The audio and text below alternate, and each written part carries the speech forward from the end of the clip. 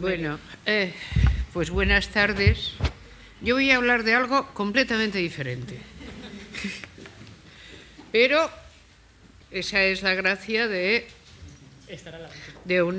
unir perfiles diferentes.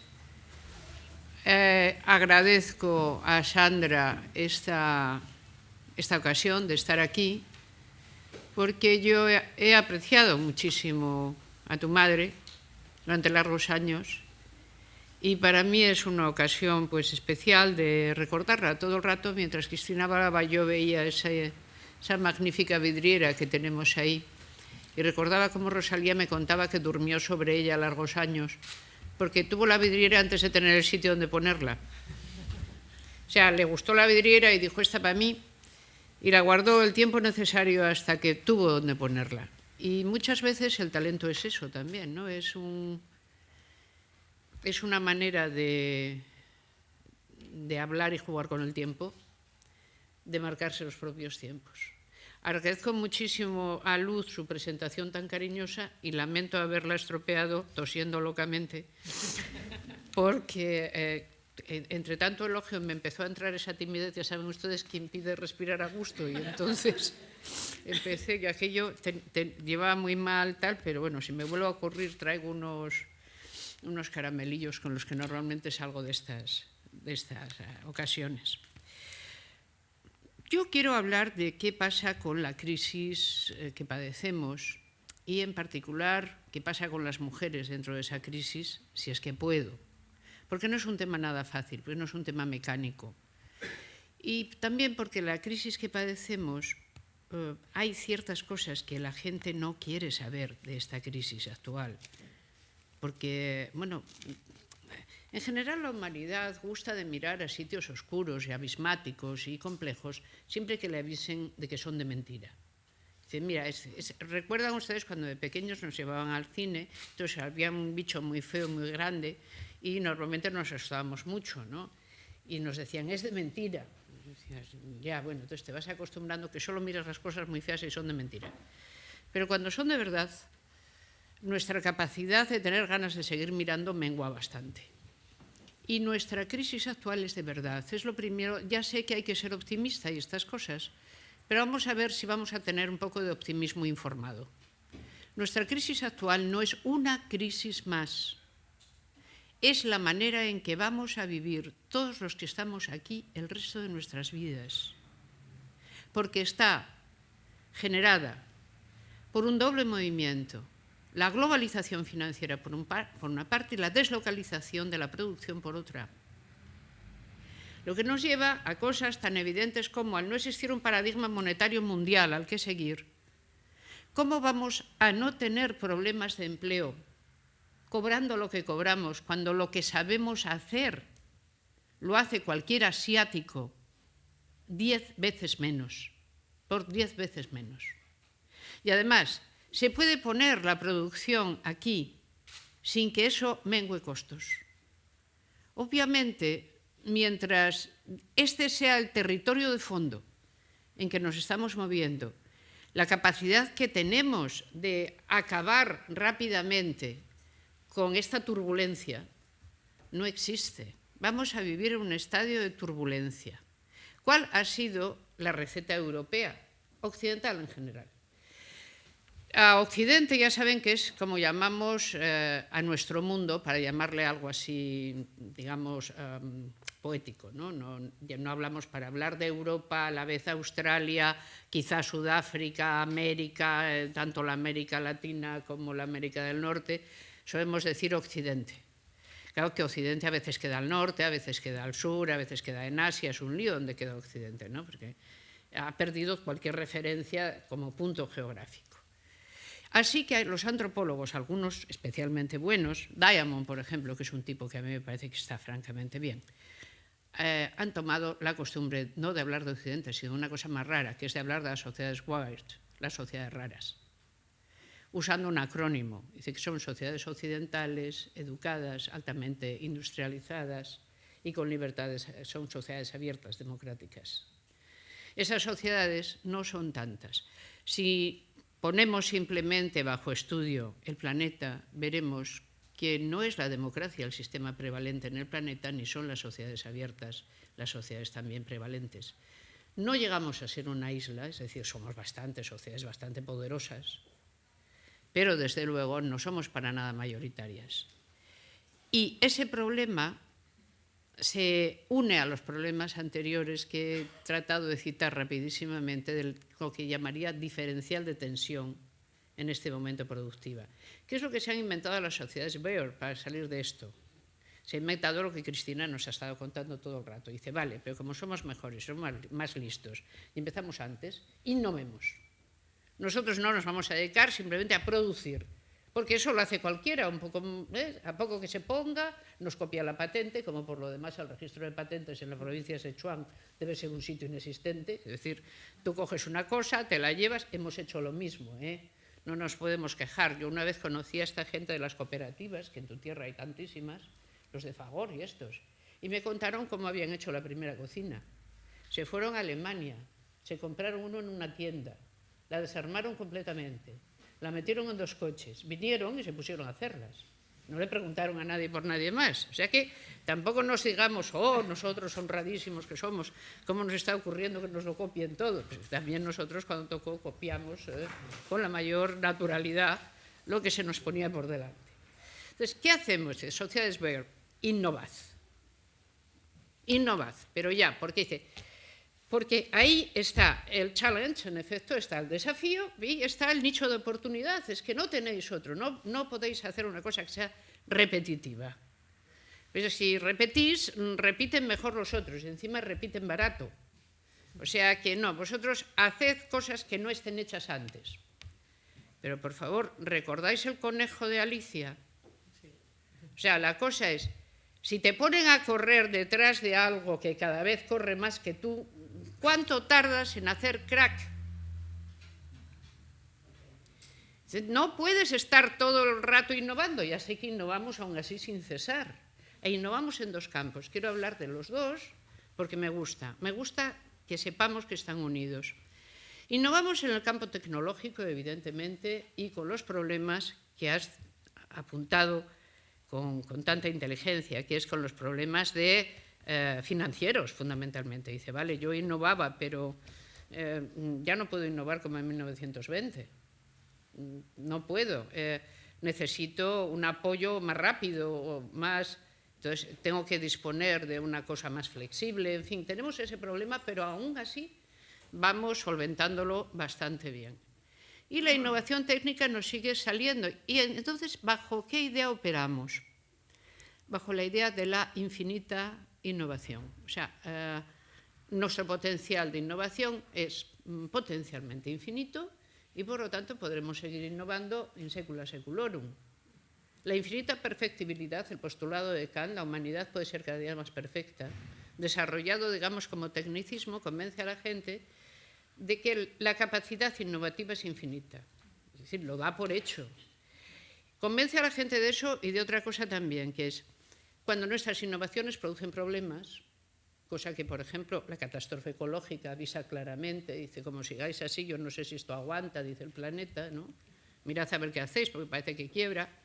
Dice, no importa, porque cada vez que nos aparezca un agujero, vamos a innovar algo, taparemos ese agujero. Dice, se me ha roto por el otro lado. No te preocupes, somos rápidos. Iremos allí rápidamente y haremos una costura. Dice, se está desenganchando, no importa. Vamos allí. Entonces, nos hemos metido en una carrera desatada de innovación, una enorme carrera de innovación que creemos potencialmente infinita y que produce una sociedad del riesgo global. Esta es la realidad. Estamos en una sociedad del riesgo y entonces, ¿qué hacemos? Decimos, no, pero es que hay que convivir con el riesgo. El riesgo es parte de la vida, el que no se arriesga no vive y aquí vivimos una sociedad del riesgo. Ulrich Beck. Dice, pues nada, hace 20 años que intentamos nada menos que hacer las ecuaciones de riesgo de cualquiera de las cosas que hacemos. No venimos de sociedades tan complejas como esta nuestra. Y estamos hablando solo de esta innovación, pero ahora vamos a hablar de la otra innovación fuerte que distingue a las sociedades Wert, y que es la innovación moral.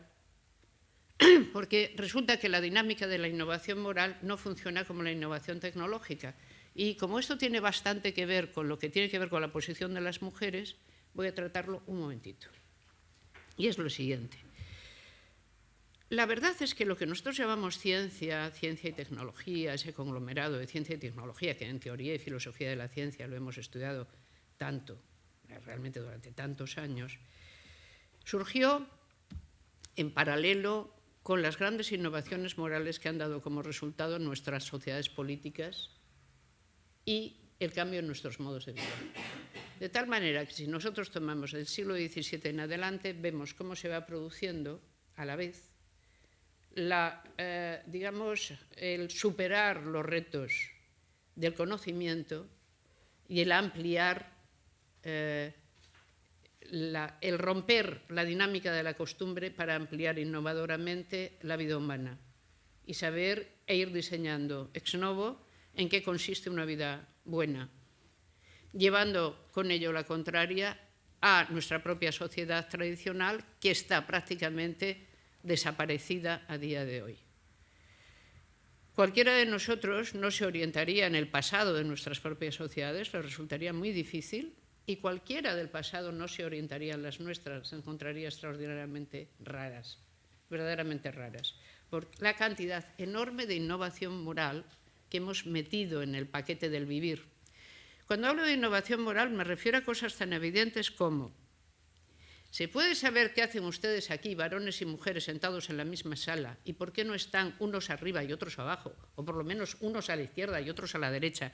Y sobre todo ustedes, las mujeres, ¿por qué no están en otro sitio en vez de estar aquí?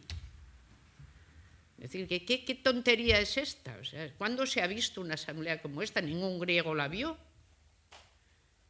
Pero ni siquiera en Europa y en las iglesias, porque para eso estaba la gente separada y había ido a otra cosa. ¿Qué estamos haciendo todos juntos? Sencillamente dedicándonos a pensar cuál es nuestro futuro inmediato, por qué nos puede ir así y qué respuestas podemos encontrar en lo que hemos venido haciendo hasta ahora.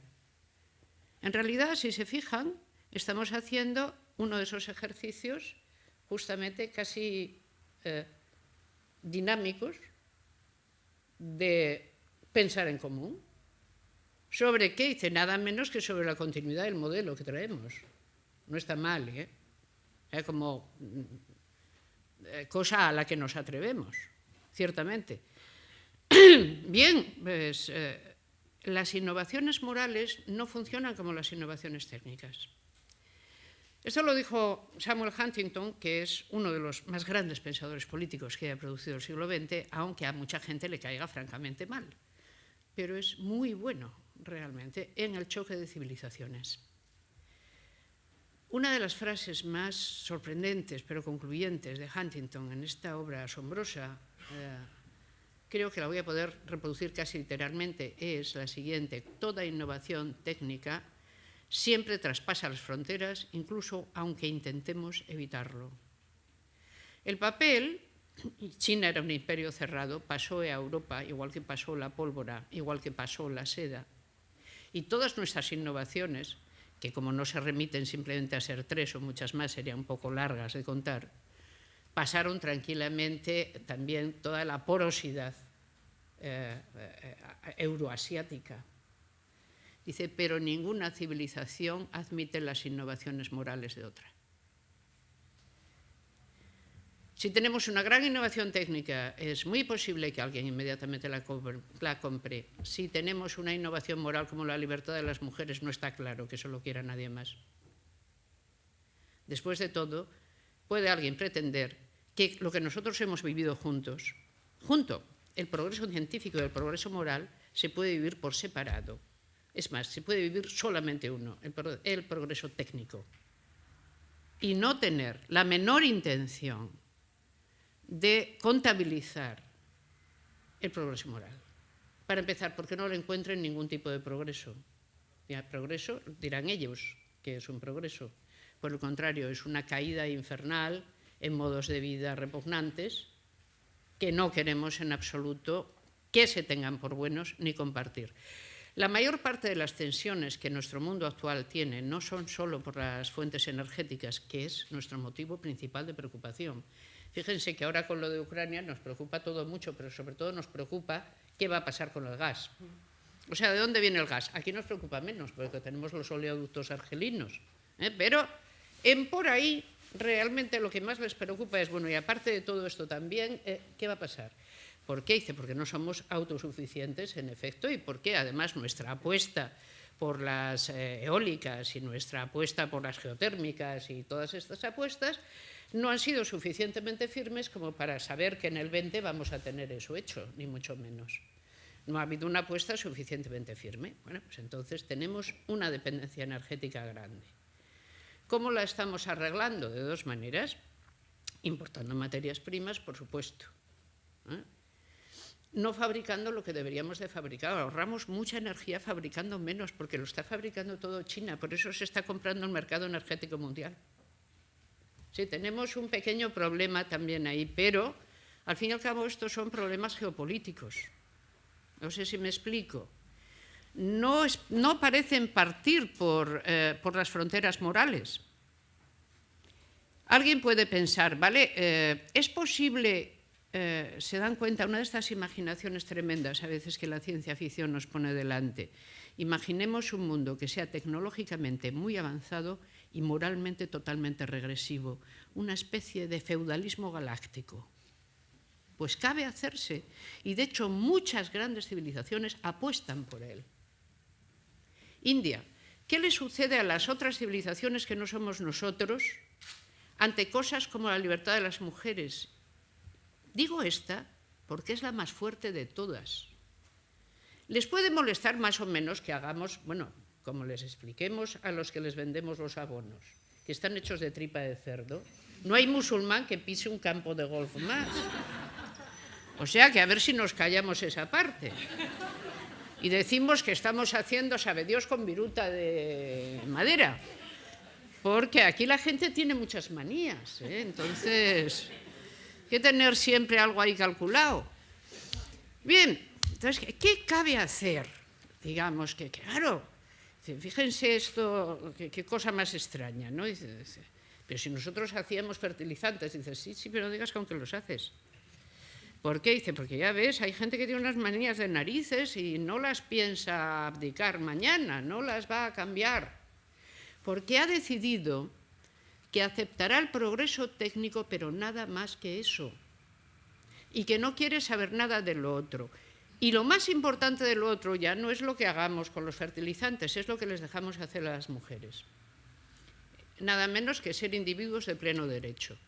Y además, individuos reclamantes capaces de ponerse en la calle a reclamar más derechos cuando les parece que los que tienen no están suficientemente asegurados o no están suficientemente tomados en serio. Es decir, personas, el grupo de las mujeres como grupo, que no ha realizado todavía su agenda completa, sino que se considera a sí mismo como grupo como alguien cuya agenda todavía está en trámite.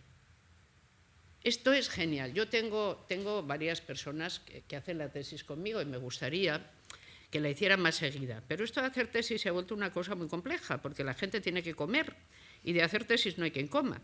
Entonces un día te hacen la tesis, otro día se van a Berlín a poner cervezas, al día siguiente vuelven, hacen otro poco de tesis. No sabemos acaso cómo vive la gente que tiene 30 años, es una cosa sorprendente, ¿no? ¿Cómo lo logran? ¿Cómo lo logran verdaderamente? Pues los islamistas, por ejemplo, marroquíes, han cambiado su discurso. Es maravilloso. Hay que saber estas cosas porque tienen su gracia. Nuestro tipo civilizatorio interesa porque parece ser ágil, rápido, juvenil, capaz de fabricar, invade, de hecho, con sus productos es innovador. Nuestro tipo social y moral gusta muchísimo menos. Entonces hay que parar, en una parte se para, gran parte de las resistencias que luego se presentan como problemas políticos graves vienen de esa resistencia previa a sociedades frágiles a veces que temen perder todo si apuestan y, digamos, perder toda su capacidad de ser quienes son.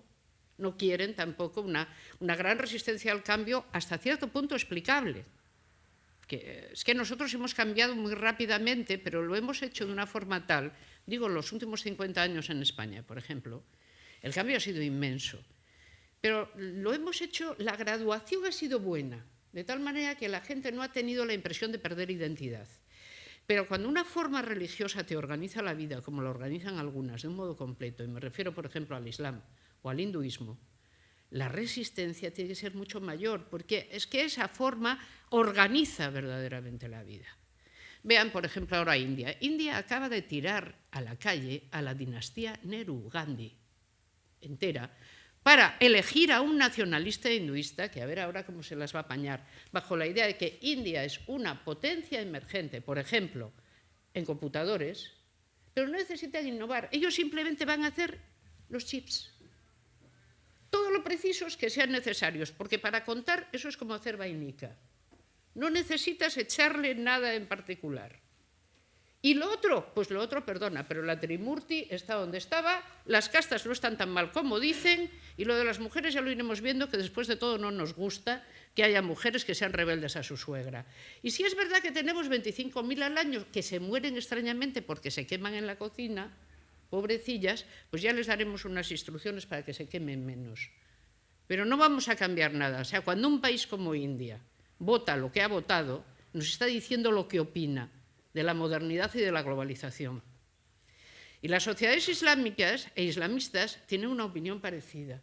Entonces nos estamos moviendo, digamos, en un terreno que es peligroso, donde las crisis y las mujeres están muy juntas, porque es nuestro modelo realmente de libertad lo que produce mayor temor en esos lugares, y no es algo que sea renunciable desde nuestro punto de vista. No solo no es renunciable, es que nos parece que está bien y que nuestra sociedad ha ganado mucho al cambiar en este sentido, y que la plena ciudadanía de las mujeres no solo es, y lo es, un gran rescate de talento, es que es justa. O sea, tenemos, digamos, un momento de riesgo muy grande, y tenemos todavía, y voy a intentar ser muy sintética, tenemos todavía que realmente las mujeres en esta situación de crisis, voy un momento solo a esto, si ven que no están de acuerdo, me lo dicen. Pero aquí la única globalización que se está dando con las mujeres planetariamente es prostituirlas globalmente. O sea, no hay ni un solo territorio gubernamental internacional que esté teniendo la capacidad de frenar el alarmante tema de la trata. Y la crisis es un negocio que no está parando. Es terrible. O sea, si uno mira, siempre dices, voy a mirar el globo, pero solo me voy a fijar en la mitad. A ver qué es lo que está haciendo. Observaremos que, por supuesto, las mujeres tienen menos oportunidades. Todavía en muchos sitios tienen menos educación, todavía tienen menos alimentos, pero en todas partes se las prostituye. En todas partes. Nuestra libertad no está logrando cambiar los modos de relación de los varones con las mujeres, porque a las mujeres se las prostituye allí donde nacen, pero eso sí, si les ocurre ser un poco más guapas de lo normal, serán traficadas. Pero no se trafica a las mujeres que no sean atractivas, no. Se va por la niña más bonita del pueblo miserable, o tal. ¿Para qué? Para ponerla aquí a disposición de cualquiera por 10 euros. Yo me pregunto si esto no es infamia pura y simple, lo que tenemos delante, y si no explica que nuestra libertad, la libertad de las mujeres, está en entredicho, si es que los varones que viven con nosotras no han aprendido realmente a tener una relación nueva y distinta con las mujeres, con todas las mujeres, no solo con aquellas con las que se relacionan porque sean de su familia. Yo creo que estamos todavía muy a medio camino de aprender realmente cuáles son las grandes innovaciones morales que el feminismo ha ido produciendo. Y la principal la tenemos en estado naciente, y es la nueva relación que tiene que existir entre varones y mujeres, verdaderamente. Y la tenemos en los inicios. Quizás si alguna vez cerramos esa, o avanzamos en ella de un modo claro, estas otras culturas que nos miran con tanto miedo, puedan observar que después de todo se siguen grandes bienes de la libertad y se siguen grandes bienes de la democracia, porque una de las cosas también que está en entredicho es que de la democracia se sigan bienes. ¿Cómo no va a estar en entredicho? Ya no digo aquí, fuera de aquí. Si la gran potencia emergente mundial... ¿Ustedes recuerdan cuando en los 80 se llevaba a hablar mal de Japón? Y decir es que Japón domina el mercado, lleva todo así, hace todo como quiere, parece mentira, estamos todos siguiendo el tren, la locomotora es Japón y si la lleva un loco, ¿qué pasa? Dice, no os preocupéis, ahora es peor, va China. ¿Son cuánto? 1.300 millones de personas. Porque nosotros no llegamos a 400, los europeos. Y si sumamos a toda América y demás, pues a los 1.200 llegamos. Y mal. Sumando todas las sociedades verdes. Entonces, ¿qué pasa cuando realmente la principal potencia emergente ni es una democracia ni tiene planteado llegar a serlo? No está entre sus prioridades. No pueden surgir movimientos acuciados por el paro, el miedo, la falta de expectativas, que digan aquí, ya no allí. ¿De qué nos vale la democracia si no nos da de comer? ¿Dónde está el sueldo que habría que asegurarnos a todos? ¿Dónde está la solución inmediata? No tenemos en este momento y en Occidente la tentación abierta de los populismos, que venga alguien y me diga yo te lo soluciono. Acabamos de tener unas votaciones que verdaderamente asustan a cualquiera. No piensen en las nuestras, yo siempre hablo de otros países, de este no puedo, porque es muy profundo, esto ya es psicoanalítico, yo de este prefiero que no. Entonces, fuera, ¿no? Pero piensen lo que ha votado Francia. Piensen que un payaso es el número 2 en Italia. Ya sé que antes tenían otro, pero pero no van mal. Piensen que un partido fóbico antieuropeo es el primero en Inglaterra. Piensen que directamente fascistas en Hungría. O sea, no va mal, como estamos. Y todo eso provocado, ¿por qué? Por el actual momento de crisis y globalización. Exactamente por eso, y porque la gente lo que quiere es que pare la turbulencia en el avión. Y me repito con lo que decía al principio, ya sé que es polémico y ya sé que anima relativamente poco, no va a parar. No va a parar. Tenemos que aprender a convivir con la turbulencia del avión, sacando, si podemos, buenos resultados. Yo creo que, desde luego, tenemos imaginación más que grande para poder innovar técnicamente, y que todavía tenemos un recorrido.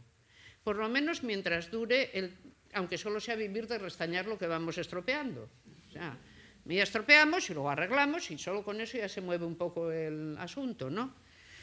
Yo confío mucho en nuestra capacidad de innovación moral y confío muchísimo en particular en la novedad enorme que representa el estatuto de plena individualidad de las mujeres, cuando este es asumido como debe ser, como la gran innovación ética que ninguna sociedad humana anterior conoció. Pero no dejo de ver todo el riesgo en que nos estamos moviendo. Existe un diferencial en el cual, termino, las mujeres y varones vivan la crisis, digamos porque exista un diferencial. A ver, ¿recuerdan ustedes aquello tan conocido de cuál es un animal? Que tiene 4 patas, un pelo muy suave, es de pequeño tamaño, tiene unas orejitas, largos bigotes, ronronea. ¿Se dan cuenta, no? Este animal suele ser un gato, ¿no?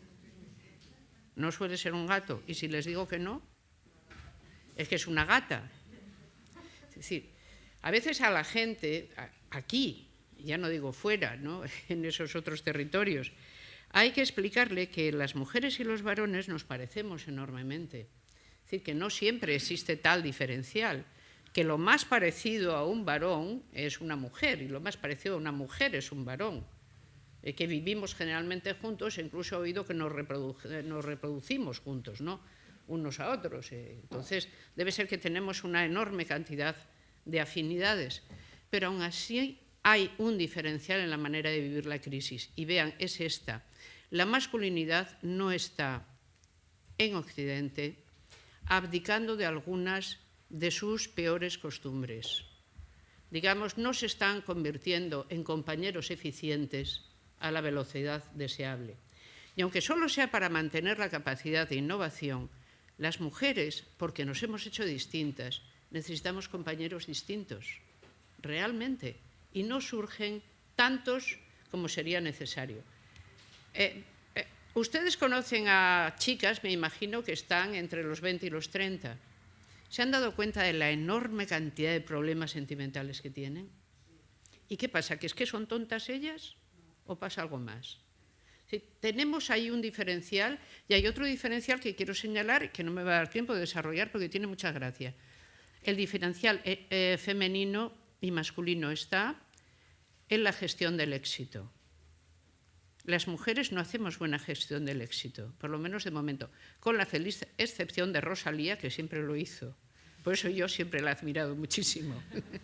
Pero hay un diferencial en la gestión del éxito que las mujeres tenemos todavía que aprender y practicar, porque no hemos sido educadas para asumir riesgos. Y por lo tanto tampoco tenemos una gestión eficiente del riesgo de aquel que asume riesgos. Y sigue en ello, por lo tanto, sin problema. Y eso nos está impidiendo también sacar gran parte del talento al escenario. Y como hablábamos también de talento, se me ha ocurrido que quizás este sea un tema del que nos guste hablar a continuación, porque como ven yo les he expresado una serie de puntos, varios de los cuales tienen ciertas tensiones con los expuestos con Cristina, pero son aparentes. Y otros no tanto. Y en todo caso lo que sí quiero es, si les parece, que propiciemos una conversación. Muchas gracias.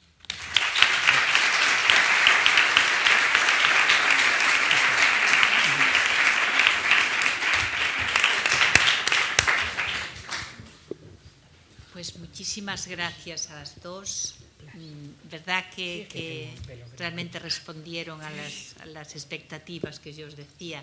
Es decir, además son tan brillantes las dos como que han hecho unas exposiciones absolutamente, casi podríamos decir, diferentes y diferenciadas, pero absolutamente que están tienen una concatenación perfecta. Es decir, tanto Cristina como Amalia han sabido explicarnos que si innovamos, tenemos que innovar, o sea, no hay más remedio con esta sociedad, no nos queda otra que plantearnos la innovación de todo, pero Amalia nos dice, innovar técnicamente sí, moralmente, entonces ahí crea la dicotomía, ahí crea que parece que en principio podía ser la discrepancia en el criterio de estas dos mujeres y en cambio yo creo que no, que son argumentaciones absolutamente complementarias.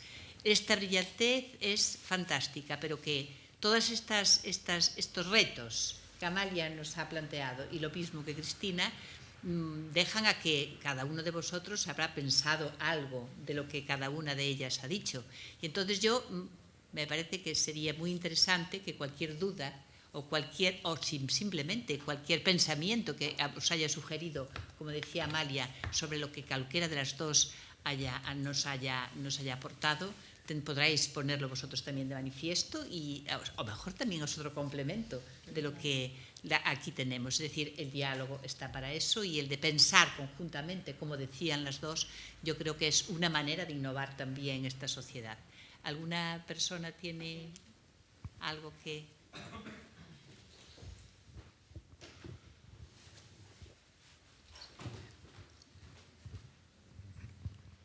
Hola, buenas tardes. En primer lugar, quiero felicitar a las ponentes y también a Mariluz, porque no solo considero que son dos mujeres brillantes, que yo conociendo a Mariluz desde hace muchos años diría que son tres. Bueno, y desde aquí un recuerdo también para Rosalía, porque yo estaba casi todos los días con ella en el gimnasio y la recuerdo mucho porque le tengo mucho cariño.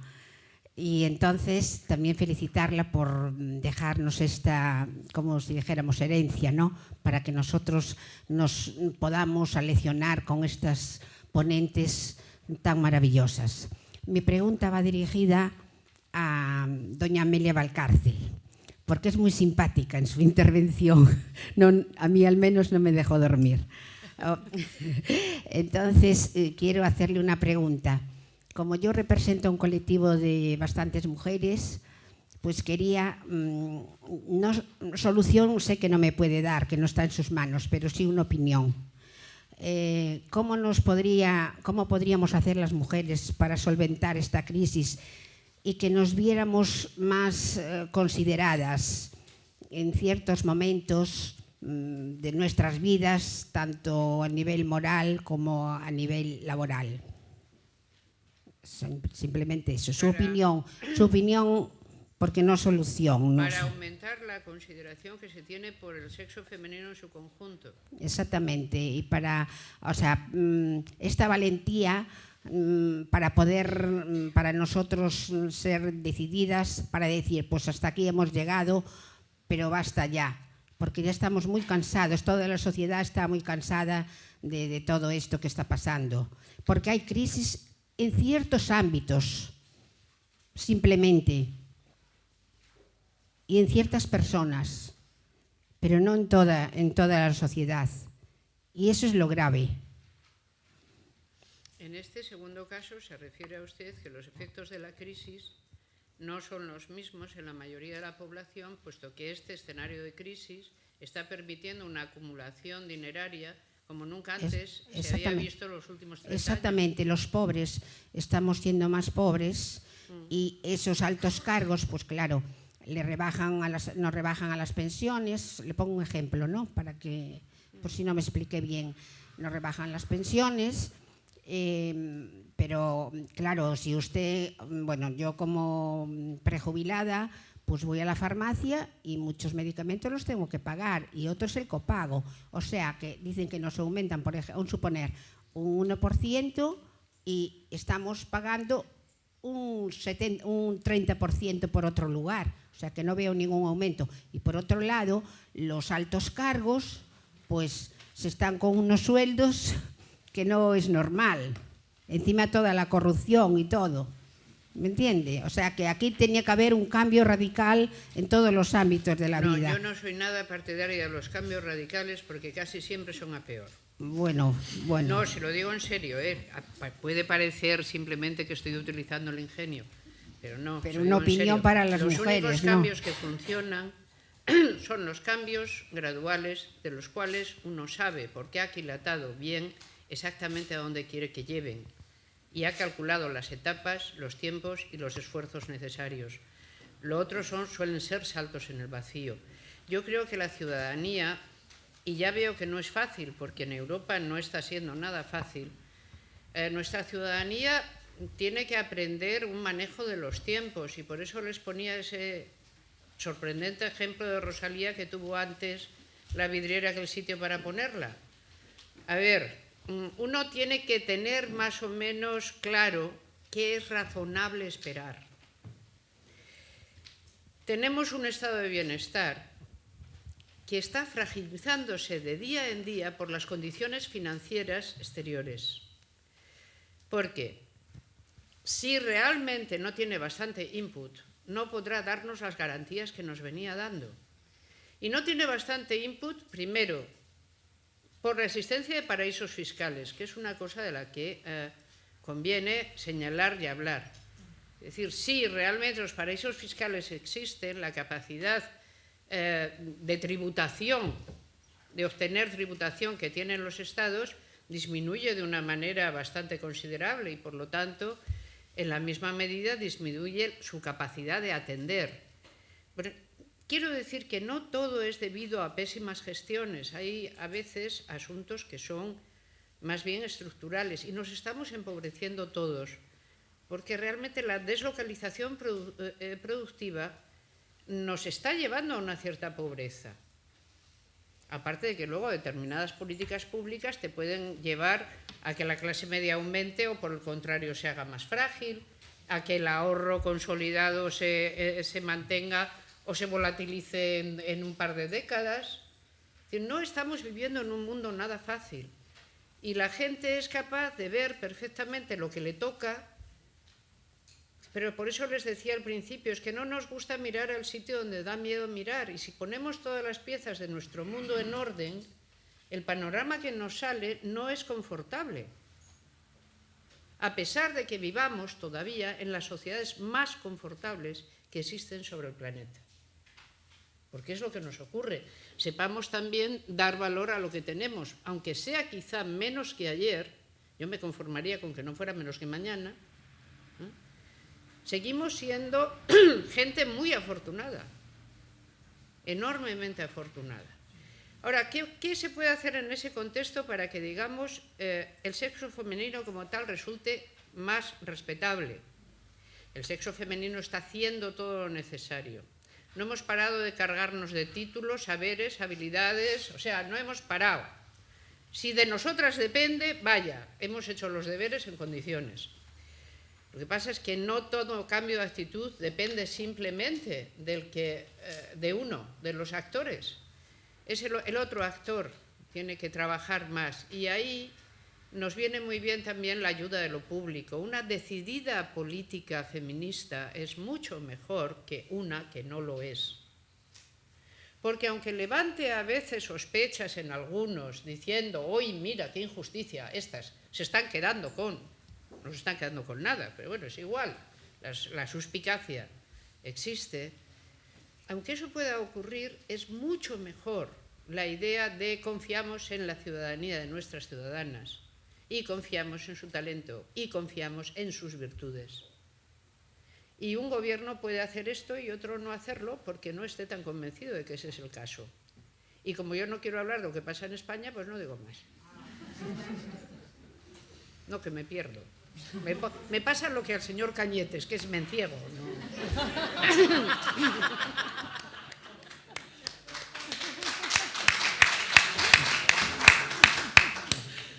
Bueno, mira, yo quería hacer dos preguntas. Una a ti, que has comentado que en España hacemos buena ciencia, que tenemos buenos científicos, que tenemos un problema que como que la ciencia no la traspasamos o no se traslada a la sociedad ni se rentabiliza económicamente, ¿no? Que eso era un problema que teníamos. Y que posiblemente es que no había un medio adecuado, ¿no?, para desarrollar esas innovaciones y tal. ¿A qué te refieres? ¿A qué se refiere con eso? Me refiero, vamos a ver, a que no hay personal preparado para llevarlas a cabo, que no hay inversiones suficientes, que protestamos o que tenemos unos salarios muy altos y por lo tanto supuestamente no somos competitivos. ¿A qué se refiere? Y luego yo por otro lado, que yo sí que creo que desde luego ha habido muchísima innovación tecnológica. A mí lo que me parece que esta innovación tecnológica, y estoy de acuerdo contigo, no se está trasladando para nada a una innovación moral. Es que creo que está ocurriendo todo lo contrario, es que está habiendo una desinnovación. Vamos a ver un retroceso moral muy grande en relación a valores, a formas de vida, porque a mí me da una impresión de que estas innovaciones tecnológicas van acompañadas de unos salarios más bajos, de que en un momento te necesito, ahora no y te dejo en la calle, en que esos resultados europeos tan terribles que está habiendo en Europa, que es que a mí me aterra, me pasa como a ti, que lo de Francia, lo de Inglaterra, de todos estos sitios, me aterran. Entonces, esta innovación tecnológica realmente no va a estar apoyando para nada un avance social. Y luego, ¿cuál sería el medio adecuado para que se desarrollara esa innovación y fuera al mismo camino que promocionara o fomentara la innovación o el avance social? El asunto es, hay un problema general de la democracia. Elegimos y evaluamos a quienes nos gobiernan cada 4 años. Y esto es bueno que sea así, porque el principal derecho de la ciudadanía es revocar al gobierno que tiene si no le gusta lo que hace. Pero afrontamos problemas que no se pueden solucionar en 4 años, sino que son problemas de medio plazo, de 15 años, de 20 años. ¿Qué gobernante se atreve en cualquier democracia buena, quiero decir firme, sólida, estable, a tomar decisiones impopulares que pueden ser necesarias? ¿Por qué? Porque te lo ponen en el horizonte de los 20 años. Pues muy pocos. ¿Para qué nos está sirviendo la Unión Europea? Para tomar algunas de esas decisiones ocultándoselo a la ciudadanía. ¿Qué está haciendo la ciudadanía? Votar como votó antes de ayer. La democracia es lo mejor que tenemos. pero es sumamente frágil. Y realmente muchas veces no estamos a la altura de las exigencias que tiene. Esa es la realidad. Pero este es el terreno de juego, tampoco hay otro. No nos vamos a volver distintos mañana. No van a aparecer sobre nosotros unas lenguas de fuego y nos van a transformar. Estamos hechos de este mimbre. Con tal de que la democracia aguante, nuestra sociedad aguantará y es una de las mejores que haya existido. Y eso que tiene defectos enormes, y además muchos. Pero el problema, mi máximo temor es en un panorama global donde las potencias más fuertes económicas no son democracias, y ojalá lo de la reversión vaya en serio, donde la gente se puede sentir como no lugar, no futuro, no veo, donde toda una juventud está estabulada y no encuentra. ¿Puede la democracia peligrar? Yo creo que sí. Yo creo que algo que puede peligrar. Hay que echarle una gran cantidad de paciencia y de sensatez al tiempo que nos toca vivir. Y, sin embargo, nos hemos acostumbrado a ser impacientes porque justamente la novedad constante vuelve a la gente impaciente. Es decir, una sociedad tradicional aguanta mucho mejor los vaivenes que una democracia buena. Porque una sociedad tradicional tiene a la gente educada en aguantar. Y una democracia no. No te educa para resistir. A no ser en periodos especialmente duros, periodos bélicos y cosas así. Pero si no es así, la gente, por el contrario, tiene cierta tentación de capricho. Digamos, y esto, así, pues ahora verás lo que hago. ¿Y qué haces? Dice, mira lo malo que he sido, he roto la cesta de los huevos, a que te he dado un disgusto enorme. Y dices, sí, grandísimo, la tortilla era para ti y ahora no tienes. Todo ese problema, el utilizar ese lenguaje irresponsable, que si la casta política, esas responsabilidades de las que no voy a hablar, porque no voy a hablar de aquí, por supuesto, pasan factura en el sentido de que expresan, el lenguaje define lo que somos. Es muy importante tratar el lenguaje con todo cuidado. Nuestra responsabilidad empieza por hablar de nosotros mismos y de nosotras mismas con respeto. Podemos hacer bromas de vez en cuando, pero tenemos que respetar lo que somos y lo que hemos conseguido, lo que otras y otros nos consiguieron. Y eso no está del todo asegurado si se instala una especie de cultura del capricho en la democracia. Si creemos que podemos revocar realmente a nuestros gobernantes, no porque sean A o B, quiero apoyar en esto a Cristina, no es por dar de coba, sino que es verdad. A veces nuestros gobernantes se merecen todo lo que les venga, pero nosotros nos merecemos tener programas a medio plazo y gobernantes que se atrevan a contárnoslos. Y poder tener paciencia para soportar a veces situaciones difíciles, siempre que se nos diga que las soportamos todos por igual, claro. Claro, porque esto es muy importante, es muy importante. La rendición de cuentas es importante, pero también la idea de que no se están produciendo anomalías, ¿no? Anomalías de toda índole en el funcionamiento de lo público, porque todas dependemos de lo público. No tendríamos la magnífica educación que tenemos si no tuviéramos un enorme y magnífico sistema público de educación, al que, por cierto, estaría bien no someter a vaivenes constantes cada vez que hay alternancia política, sino que los principales partidos deberían tener un acuerdo básico en qué es importante, y si este acuerdo fuera europeo, incluso mejor. O sea, qué es lo que hay que enseñar ecuánimamente en todas partes, llegar a una especie, no diré que un programa común de estudios. Si aquí ya no nos ponemos de acuerdo de lo que hay que enseñar en Aragón y Sevilla, pues a lo mejor resulta que ponerse de acuerdo con Frankfurt es un poco trabajoso, pero los acuerdos se pueden hacer. Es decir, hay muchas cosas, los grandes sistemas deberían de ser ecuánimes. Me refiero a los sistemas antes llamados de previsión, a los sistemas educativos, a los sistemas sanitarios. Y todo esto estar muy, muy sometido a consenso. Tocar lo menos posible ahí. porque ese es el terreno que hace a la gente ser fiel a la democracia. Aparte de sin duda un aprecio moral, pero es que yo temo que el aprecio moral, por ejemplo, y solo esta vez por hablar de España, hay una generación que le tenemos aprecio muy grande a la democracia porque vivimos bajo un sistema que no lo era y aprendimos alguna que otra cosa. Pero puede haber generaciones que no puedan comparar con nada y entonces su aprecio sea distinto y más lábil del que nos imaginamos. O sea, que estén realmente educados y educadas en los valores de la democracia, pero que no la entiendan de un modo cordial, ¿no? Sino que piensen, y después de todo esto, ¿qué más da? ¿Qué me soluciona? Y eso es quizá el riesgo más grave, ¿no? que tenemos delante. Como dije, pues eso, nada, eso ya dicho. Bueno, yo quería cambiar un poquito de tercio con respecto a lo que se estaba hablando últimamente y plantear una pregunta, la lanzo para las dos ponentes por igual, pero al hilo del comentario, bueno, de la parte de la ponencia de Cristina Garmendia, que hablaba de esa especie de obsesión últimamente por hablar de la retención del talento, ¿no? Y lo digo porque a mí me preocupa, antes que la retención del talento, yo creo que hay que identificarlo. Y yo no estoy del todo segura de que actualmente estemos en el contexto más adecuado para la identificación del talento.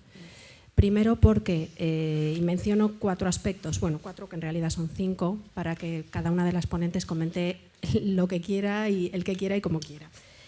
Primero, no estoy convencida de que el sistema educativo que tenemos actualmente vaya para nada orientado a la identificación de talento. Bueno, antes habría una cuestión previa, que cuál es el talento que hay que identificar, porque ya solo la noción de talento, últimamente se está hablando mucho del talento creativo, del talento innovador, pero bueno, realmente la definición tampoco es fácil de qué es talento, pero el sistema educativo yo creo que lamentablemente todavía está anclado en estructuras que no están adaptadas para el reconocimiento y la identificación de ese talento que se requiere.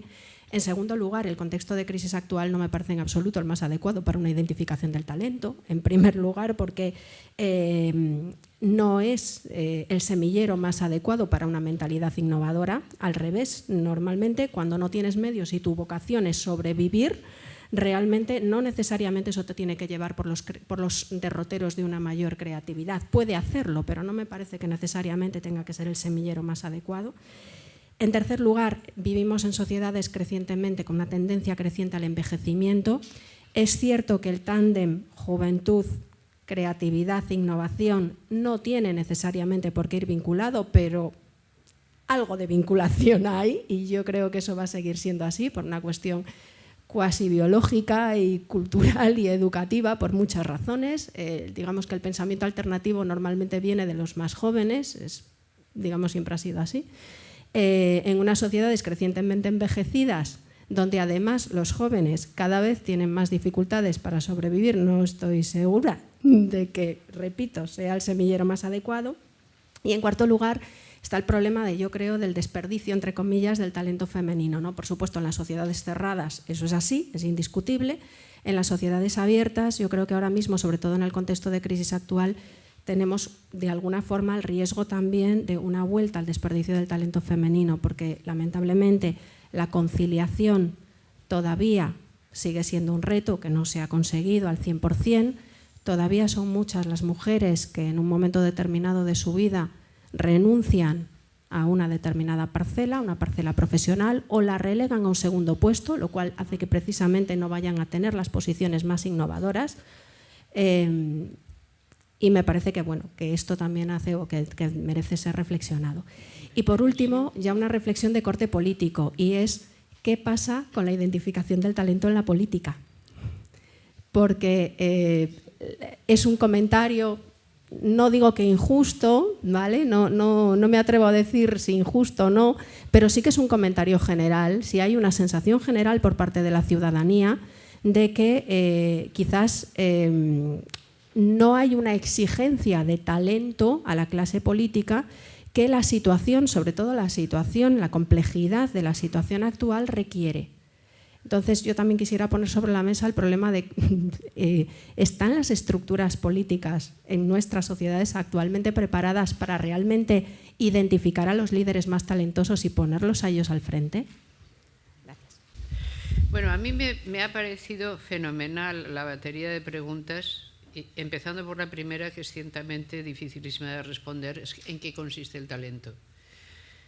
Afortunadamente la filosofía nos da una reserva increíble de inteligencia y no tiene uno que utilizar la propia, solo tiene que ir a un clásico y ya está.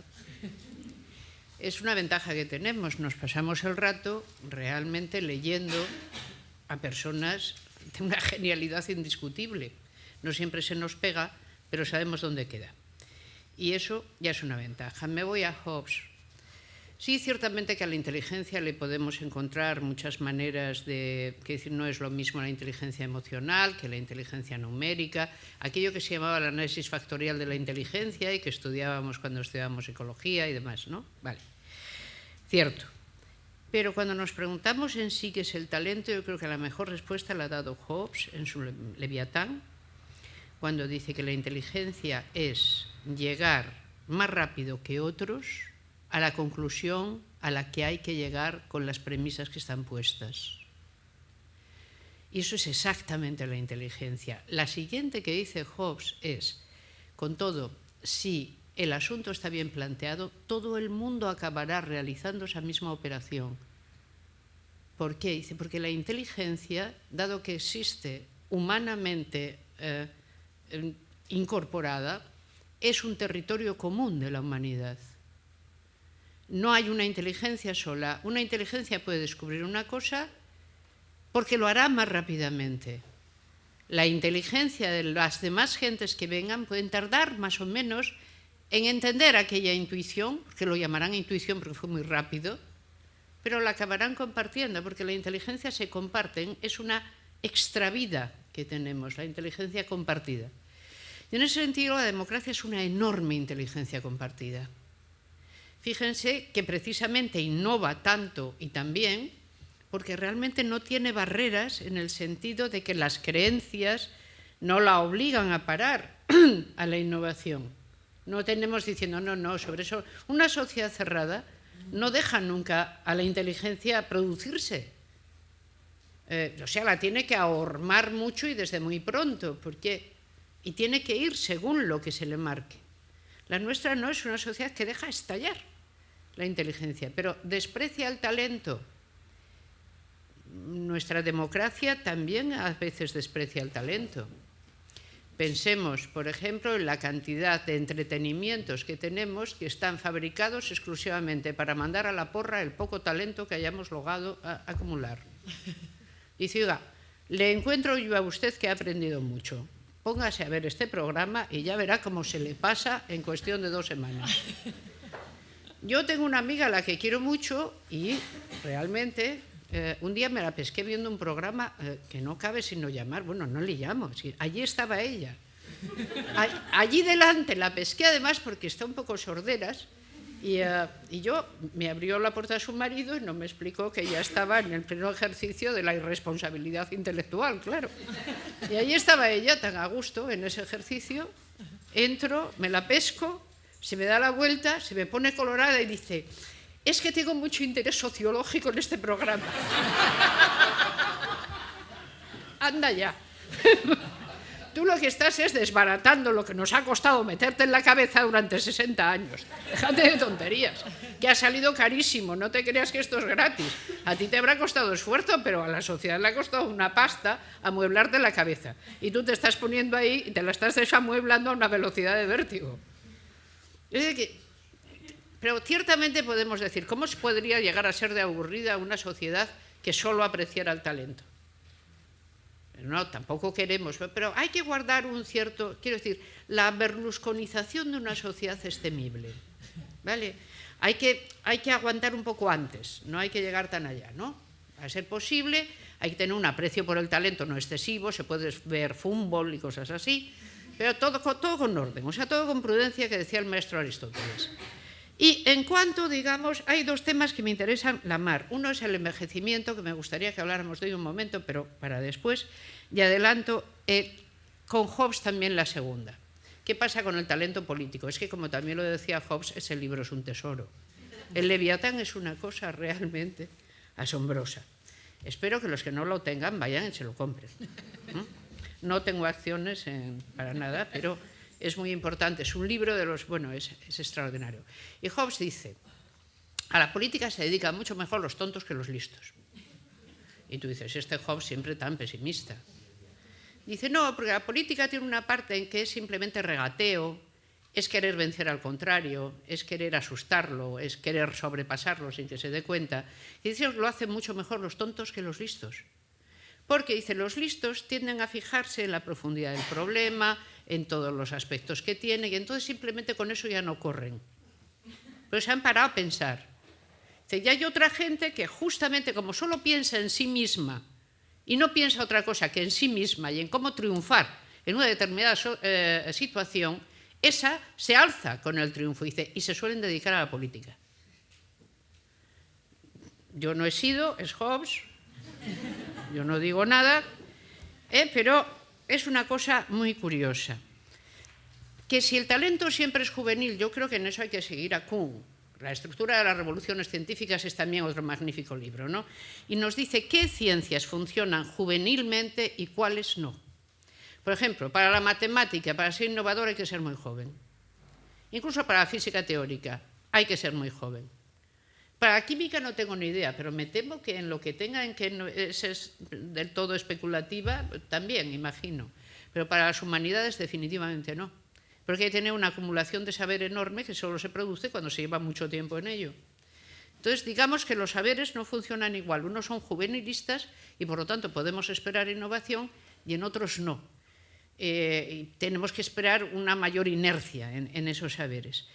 Y, por último, hay una característica del talento que tiene que ver con lo que usted dice del desprecio sistemático, la falta de aprecio o la represión directa del talento femenino, que es tremenda, porque hay una característica, y yo lo digo esta vez, la responsable soy yo porque lo he escrito, el talento es caníbal.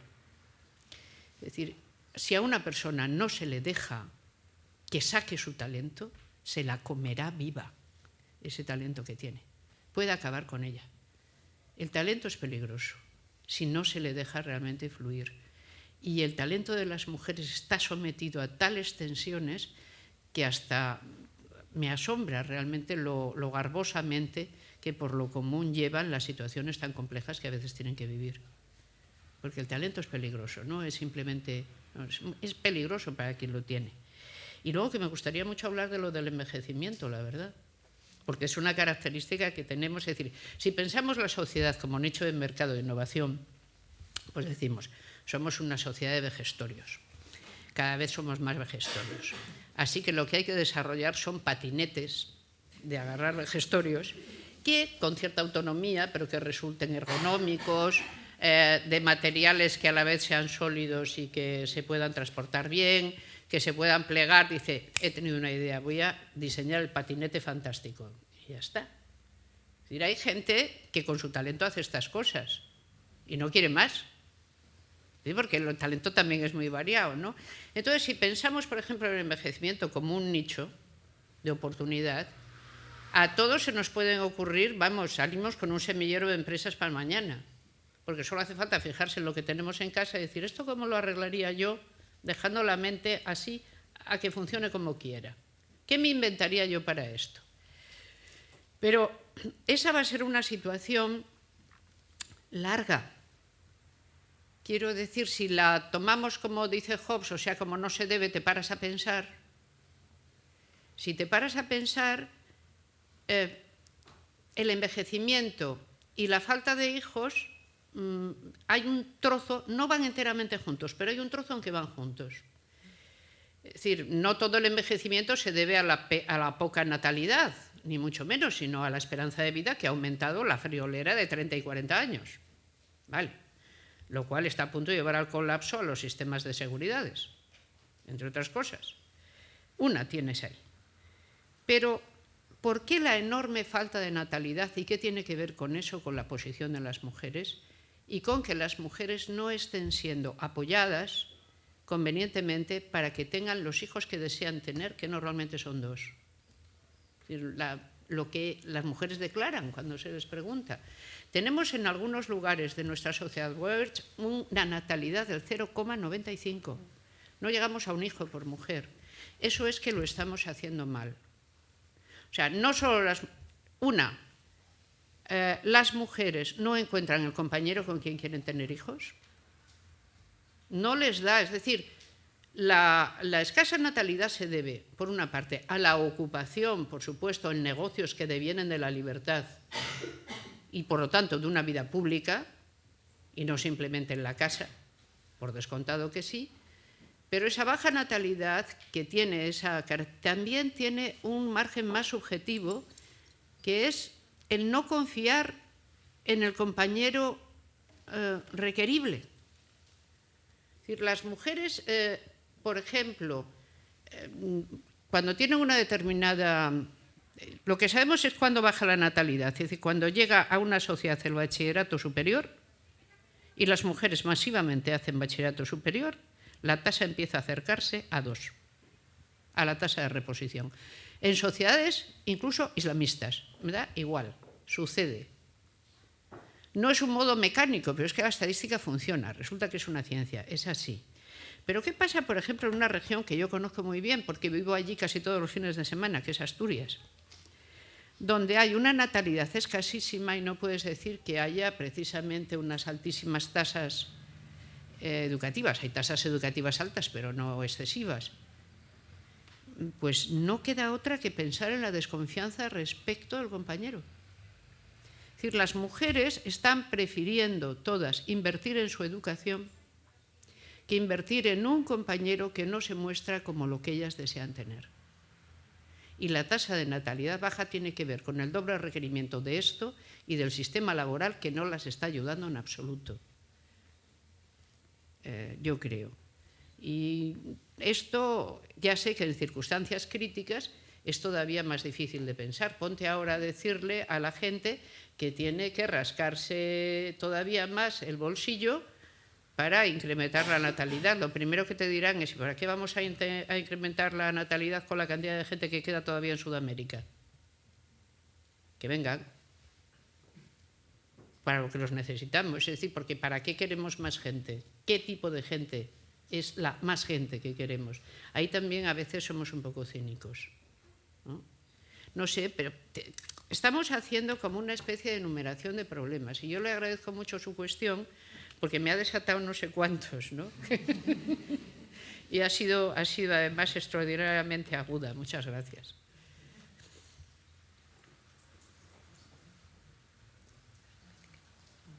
Hemos logrado por fin aburrirles. Bueno, pues muchísimas gracias a todos ustedes por las preguntas. Bueno, ya todo el cariño del mundo, y yo desde luego me siento muy afortunada de haber podido compartir aquí esta mesa con estas dos fantásticas mujeres, y muchas gracias, pero no tengo nada que ver, es decir, ellas con mucho me superan a mí en su talento y además en sus conocimientos.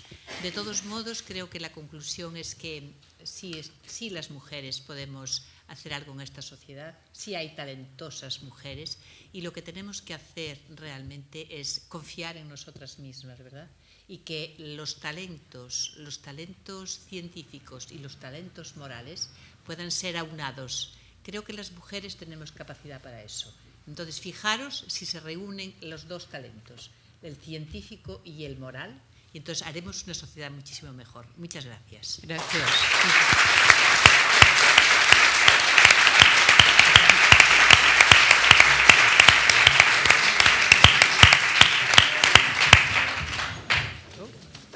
Y ahora hay que recoger.